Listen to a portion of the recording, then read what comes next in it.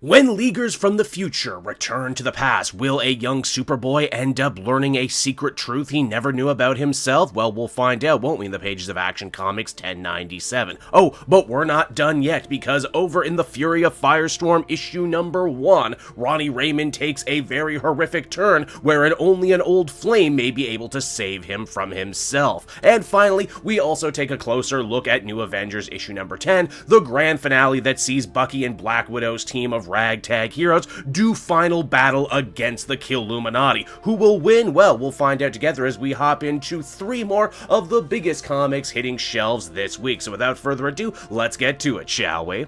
So then, picking up from where the last issue left off, Superboy Clark Kent had been following a strange otherworldly signal, only to end up smack dab in the middle of a massive battle between 3 time-traveling Leaguers, Martian Manhunter, Booster Gold, and Mary Marvel, as well as their opponent, a massive golden robot, who, as we learn in this issue, is actually Epoch, a time-traveling supervillain created by Gardner Fox back in the 60s for his Justice League of America stories. Again, you gotta love Mark Waid and his deep cuts. Now, I know what you're probably thinking, because I was thinking it too. Is this like one of those Terminator-style situations? Did Epoch travel back in time to try and kill Superboy as a young man so that Superman could never come to be in the future? Actually, no. Seems he was in the middle of his own time-traveling caper when he ended up literally bumping into the 3 Leaguers as they followed Superman's signature back in time. Together, the 4 heroes are able to send Epoch packing back into the time stream, but you know that won't be the last of him. With the villain briefly vanquished, the heroes take this opportunity to introduce themselves. We're treated to a really cool page, wherein John, Mary, and Michael take the opportunity to regale young Superboy with their own personal origin stories. Booster Gold is the best, of course, because he's from the future, meaning he can make up whatever the hell he wants. I especially like, too, that even this early in his career, Superboy just kind of rolls with the punches when it comes to meeting friendly time travelers who say that they are his allies in the future. What is particularly interesting, though, is we find out that that weird radio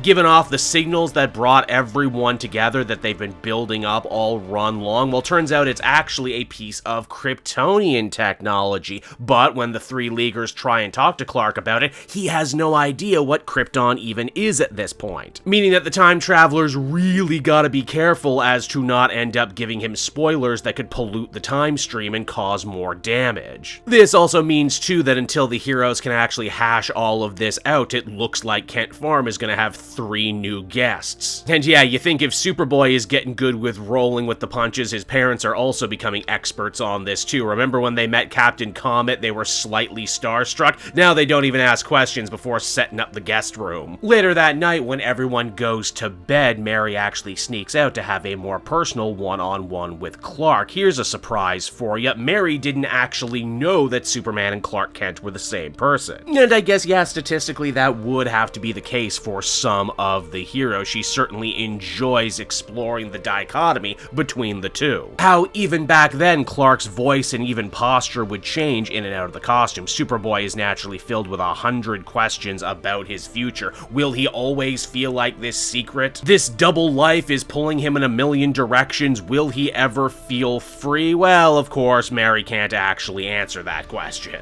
So instead, she decides to change the subject and ask Clark about his love life by investigating what's going on with Lana. Now, in the morning, it's actually Booster Gold, of all people, who gets probably some of the best characterization he's had in a while post-DCKO. This mission was more or less his idea. Finding Superman ever since he ascended to godhood in the Omega Tournament has been Booster's sole mission, and now he's already feeling like he's screwing things up. There's also still a lot of trauma and old wounds he needs to work through, what with being tortured by Darkseid for so long. And to Martian Manhunter's credit, John attempts to get Booster to open up and talk about what was going on with him. But it looks like that's a problem that's going to be put on the back burner for another day, because right now we have to deal with breakfast. John mentions that he's been lucky enough to eat with the Kents before and that Martha is one hell of a cook. Martha also gets a nice moment to this issue wherein she asks John all sorts of questions about life on other planets, and I mean, yeah, if you raised an alien from a baby, you probably would be interested interested in that sort of topic, though once again the Leaguers have to be very careful as to not mention the word Krypton. Breakfast ends up getting crashed by the coming of Epoch. It seems that he actually managed to follow the good guys back to Smallville. In his internal monologue, Superman talks about how royally pissed he was at this time, as this was the first but sadly not the last time that a villain would make things very personal and threaten his friends and family at home. Superboy and his new time-traveling Leaguer friends suit up in record time to once again meet Epoch in combat. It's a lot closer this time. So much to the point that when the tide starts to turn against our heroes, it's Pa Kent of all people who feels motivated enough to join the fray and rack off a couple shotgun shells against Epoch's robotic frame. Hell yeah, John Kent keeps that shit on him. He doesn't get strapped, he stays strapped. Epoch manages to slip away into the barn, and it's right here at this moment does it become all too apparent to our heroes what the time-traveling menace was actually after. It seems that Epoch's goal was to travel to the past, not to harm Superboy, but to steal the craft that brought him to Earth. Meaning that if Clark has waited this long to actually learn about his Kryptonian heritage, he better hurry and learn fast before he loses the opportunity. Now from there we transition on over to the brand new Fury of Firestorm. As we join the book proper, we are treated to the gospel according to Firestorm. On the first day he fell to Earth. He was alone, yet he spoke as if there was another with him. His face changed constantly and strangely. On the second day, he wandered into the town of Bedford, Colorado. Seeing the nuclear man turned people's heads. They weren't used to this sort of thing in their town, and yet he was strange, otherworldly. People knew that Firestorm was a hero that he normally came to help, but today was different. The nuclear man did not come to help. Instead, he came to experiment. He turned the entire town to ash and glass, if only because he could. And then on the fifth day, as quickly as he had come, he rested on a nearby bench and the nuclear man wept. So yeah, hell of an intro, wouldn't you agree? Firestorm is acting weird, and because of that, the government decides to look up one of his old flames. Of course, I'm talking about Lorraine Riley, aka the superhero known as Firehawk. She actually used to date Ronnie Raymond, one part of Firestorm, back in the original 80s version of the Fury of Firestorm. And because of that close connection, the powers that be believe this lady has unique insight into maybe helping figuring out what the hell is going on with Firestorm. We're also treated to a quick little primer on the history of the nuclear man in case you were wondering. Firestorm is interesting because on top of having the powers of a god and being able to completely change matter at will, he is not one hero but actually two men united into one hero. Traditionally, the duo bonded together by the Firestorm Matrix is Ronnie Raymond and Professor Martin Stein. Though, if you know your DC Comics, you'll know that over the years, the Firestorm Matrix has been in flux, different personas, different looks, even different power sets. I particularly enjoy that this comic makes a nice little reference to Jason Rush, my personal favorite Firestorm. Why? Well, his costume's better for one, no baggy sleeves, and why yes, Jeff Lemire even makes a joke about baggy sleeves holding Firestorm back in this very issue. Now, as the military guys try and tell Lorraine, Firestorm hasn't been acting himself recently. Before he crash landed in this town and started ripping it apart, it seemed that Ronnie and Stein had something of a falling out. Stein went missing, and the implication is that Ronnie actually tried to be Firestorm on his own for a change. Again, I don't know if this is them referencing what happened in that special Lazarus Planet one-shot from a couple years back, where Stein was rapidly aging outside the Firestorm transformation, or if this is just one of those happy little coincidences. Either way, Lorraine decides to suit up, and I absolutely love that they did not change her costume at all, to try and lead a team enter the town of Bedford and hopefully end up talking some sense into Firestorm once and for all. The mission quickly ends up getting foobarred as Firestorm starts talking in some strange new text bubbles that is completely red and yellow before turning his powers on the soldiers, proving that even their special tachyon locked suits are absolutely no match for, well, the Fury of Firestorm. Firehawk grimly declares that she knows Ronnie Raymond better than just about anyone else, and whoever Firestorm is right now, well, it's most definitely not Ronnie in the driver's seat, which of course begs the question, if Ronnie isn't here right now, then where is he? Well, it would seem that Ronnie is actively trapped inside the Firestorm Matrix, being forced to relive candy-colored reruns of his old-timey adventures. Right down to Dr. Stein being the Jiminy Cricket on his shoulder and fighting lame, forgettable D-list loser villains like the Hyena. Hey, how long until we we get Killer Frost in this book. Every time it actually looks like Ronnie might actually discover that he's currently trapped right now, the entity that is controlling Firestorm simply slaps him back down and puts him back into La La Land, saying that Firestorm, the Firestorm Matrix, whatever you want to call it, does no longer belong to him. Firestorm turns his next attack on Lorraine, who is only just barely able to hold out. The question then becomes, as the comic comes to a close, if Firestorm is evil now, if Ronnie isn't in control, then where the hell is Dr. Stein? Well, it seems that he's hiding out in a cabin, burning a bunch of his old research, including one piece of paper that very clearly reads, "It's sentient," which, you know, is always a worrying thing to see scrolled on a bunch of research. And finally, this week we come to New Avengers issue number 10. This final issue wastes absolutely no time getting started as we see Bucky Barnes getting ready to force a confrontation with the other woman, aka Natasha Romanoff's sleeper agent alternate persona that was programmed into her by the Illuminati Shadow Boss. And who is the mysterious Shadow Boss? Well, it is ultimately revealed to be none other than Baron Zemo, which I guess makes a certain amount of sense when we stop and consider that Baron Zemo was the founder of the original Thunderbolts team. Him and Bucky have clashed a lot. He was killed by Dr. Doom during the events of One World Under Doom, and his death apparently kicked off this entire resurrection protocol, up to and including brainwashing Black Widow and using her to steal all of the necessary parts to not only clone the Illuminati, but also clone a brand new perfect body for Zemo himself, though part of me still has to feel like maybe the original endgame here was actually cloning Red Skull, considering that Bucky killed Red Skull during the last Thunderbolts run and then Doom killed him again. But, you know, this is the final issue, so they only have so much time, so maybe Zemo was a better choice after all. The New Avengers are able to track down the Illuminati back at their new base of operation. Don't ask how they did it, they just did. And a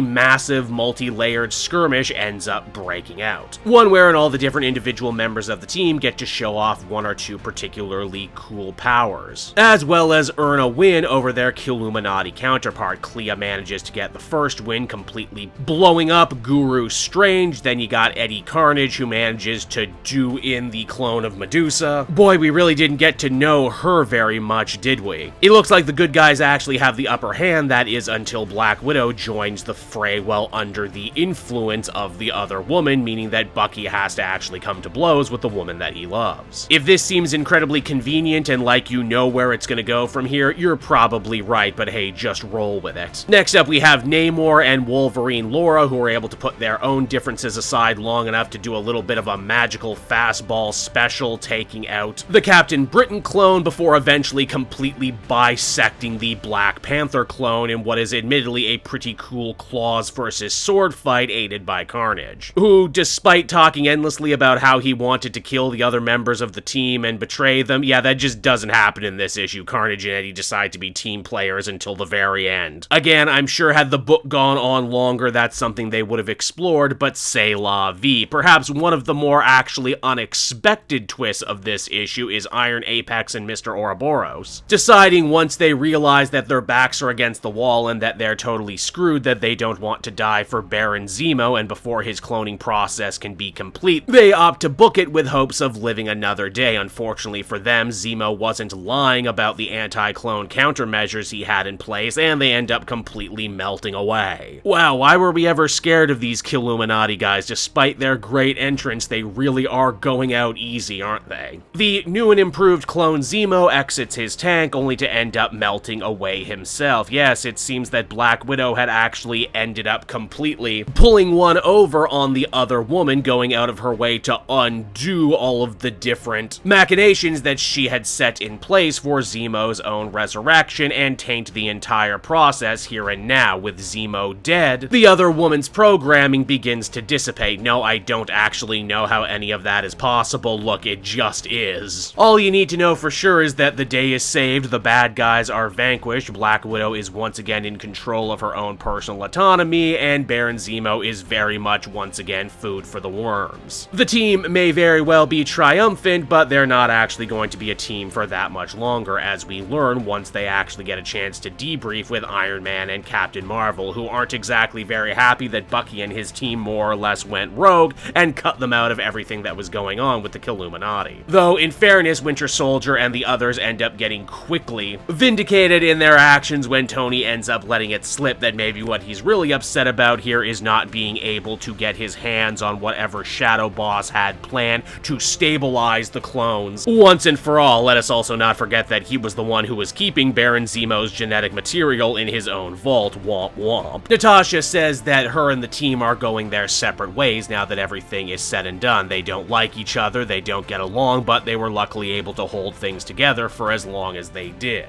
However, before Captain Marvel and the rest of the official Avengers can get all holier than now and high and mighty on them, they vow that should the necessary occasion ever arise, they will happily reassemble and be the new Avengers all over again. Also, even though the team is breaking up, that doesn't mean that Winter Soldier and Black Widow are breaking up. In fact, it seems that this situation has made their relationship stronger than ever before. And wouldn't you know it, but a book that started with them now officially ends with them once more, completely bookending everything. And there you have it, everybody. 2 more big DC books on Sunday, as well as 1 Marvel book that I was well overdue when it comes to actually finishing. So, what did I think? Action Comics I enjoyed was another fun, very wholesome little romp courtesy of Mark Waid. Reminded me very much of classic Justice League Unlimited stories, like when Martian Manhunter visited the Kents for Christmas. There's some really nice interplay and moments here between young Clark and Mary Marvel, which again makes sense because Mark Waid is of course a big Shazam family fan, so if he was going to use any character to her full potential, it would probably be her. This also kind of ends up being a rather interesting stealth Booster Gold story, building on everything that happened to him, both in the build-up of DCKO and the aftermath of DCKO. I have to wonder, will this trip to the past end up having, any long-reaching ramifications, and will this all eventually end with young Clark Kent Superboy following our 3 heroes back to the present as part of the bigger Reign of the Superboy story? I don't know, but I'm certainly invested to find out where this one is going to go from here. Overall, I think I'd feel comfortable giving this one a 7.5 out of 10. Pretty good stuff.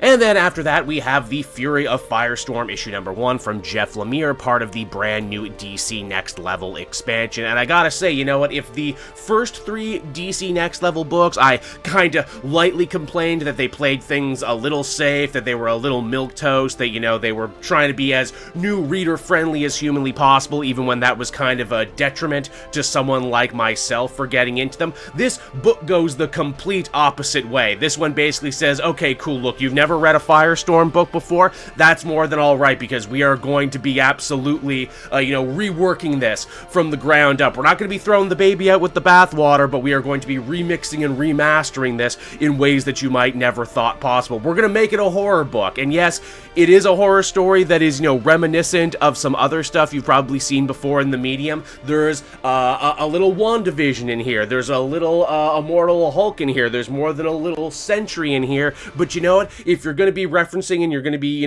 borrowing ideas from other stories, those are 3 really excellent stories to borrow from. Yeah, this was cool. This was compelling. I'm definitely invested in the mystery, the bigger mystery at work here. Lemire has shown that he can actually do really good stuff in the horror genre. Again, if people remember his Animal Man stuff from early New 52, that one also kind of reminded me of this as well. I will definitely be coming back to issue 2 to see where this one goes from here. I would actually give this one a very positive 8 out of 10. I thought this was a very nice mix of things, a good use of Lemire's talent, and maybe, just maybe, people will actually, start giving Firestorm the respect that he deserves. Maybe they'll actually start giving him a second look for a change.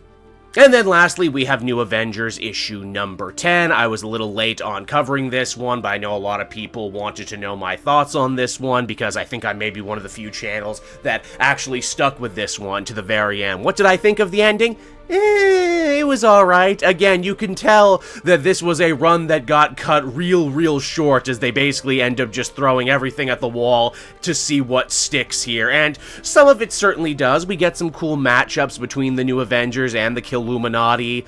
We get some fun reveals there, with Iron Apex and Mr. Ouroboros choosing to go out under their own will. The Zemo reveal, it kind of works, it kind of doesn't. The stuff with the other woman and how Black Widow was both the key to kicking off these events and also the key to ending it was a nice bit of bookending, even if I felt that there was like a whole huge middle piece missing here. And yeah, there is some different stuff missing too. They certainly kept implying that Eddie Carnage would probably end up turning against the team at some point. That never happened, so that's just a big plot line that goes nowhere. And considering that there's also no Eddie Carnage book anymore, that also is going to be going nowhere too. This is a book that kind of suffers twice because of unfortunate cancellations. I do like near the end though that Bucky and Natasha and everyone else do actually stand up to Iron Man and Captain Marvel and call them out on their bullshit and call them out on, you know, why they never actually asked for their help when it comes to dealing with the Illuminati. Interesting to see the team be completely disbanded too by the end of this run. I assume that they would probably try and keep them together to maybe, you know, bring them back in a mini down the line when we get another new Avengers movie or another Thunderbolts adjacent movie. But no, they broke the team up, which, you know, has a real sense of finality here. It's probably the biggest thing that actually happens in this story. Now, it's not something they couldn't easily undo. They say that, you know, should the time come, they would happily reassemble. But, yeah, I mean, the Bucky and Natasha end this story in a good place, and considering that they were more or less the two main characters, that's good. I enjoyed the ending enough, but there is definitely a big part of me that just goes, damn, man, what could have been for this? Which is why I can really only give it a 7 out of 10. Pretty good, not great, should have been more, could have been more, but, you know, this writer and this creative team is definitely on my radar now, and I'll definitely be following them to the next thing. And yeah, there you have it, everyone. There's 3 more books for the week. I hope you're having a good Sunday. I hope you read some good comics this week. I hope you're having a good time, and I hope you'll all join me again next week when we get to do this all over again. So until we meet again, everyone, this has been Gabe Joel. Bye-bye.